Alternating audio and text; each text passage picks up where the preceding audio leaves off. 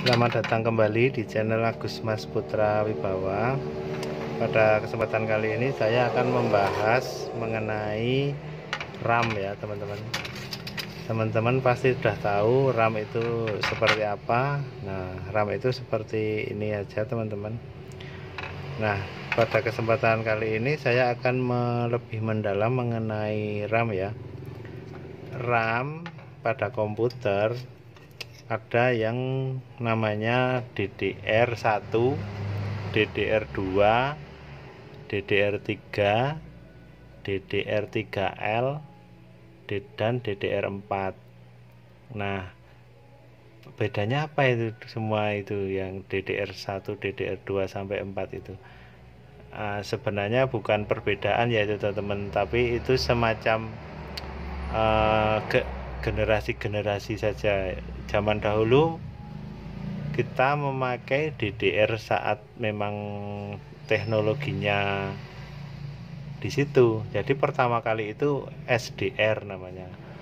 RAM komputer zaman dulu itu namanya SDR.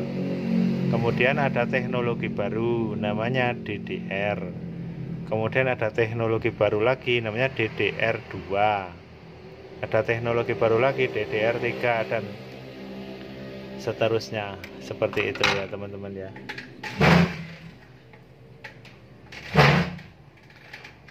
Nah, untuk perbedaannya apa ini? Jadi perbedaan dari DDR itu pertama dari segi lubangnya ini.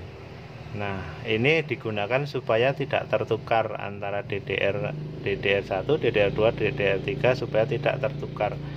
Jadi jika motherboard ini untuk DDR3, ini saya pasang DDR3, jadi dia pasti pas match ini lubangnya di sini.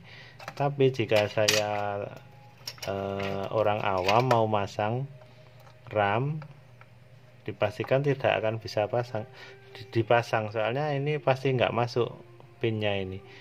Jadi itu perbedaan pertama dari RAM.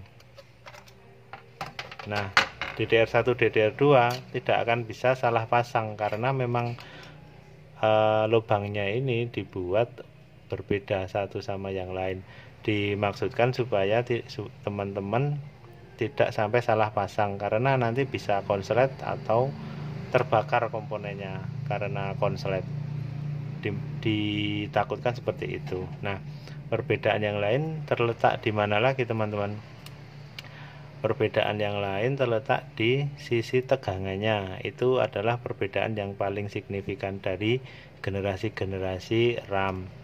Nah, untuk RAM DDR1 tegangannya dulu setahu saya sekitar 2 volt. Nah, kemudian setelah ada generasi berikutnya DDR2 itu turun menjadi 1,8 volt.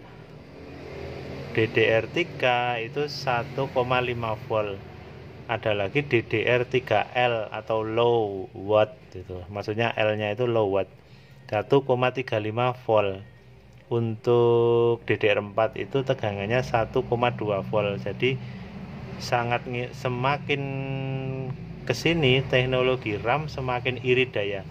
Dan itu memang dimaksudkan supaya untuk menurunkan tegangan pada sistem kerja komputer-komputer tersebut, karena kita tahu prosesor saja sudah wattnya tinggi, ada yang TDP-nya. Biasanya kalau watt dari prosesor itu disebut TDP ya. TDP misal 60 watt, 65 watt, 85 watt ya.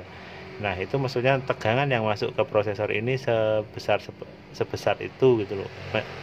Mengambil daya dari power supply-nya sebesar itu. Nah, apa kalau cuma perbedaan 0,5 itu signifikan? Karena RAM ini bekerja terus-menerus, perbedaan listrik pada RAM ini yang cuma 0,5%, 0,5 volt tersebut sangat signifikan teman-teman, karena di situ kinerja dari RAM ini terus-menerus sejak komputer dinyalakan sampai dimatikan. Ini nyedotnya ya seperti itu terus. Kalau DDR4 ya 1,2 terus, kalau DDR3 ya 1,5 volt terus. Nah, itu di situ signifikannya. Teknologi dari RAM tersebut difungsikan seperti itu.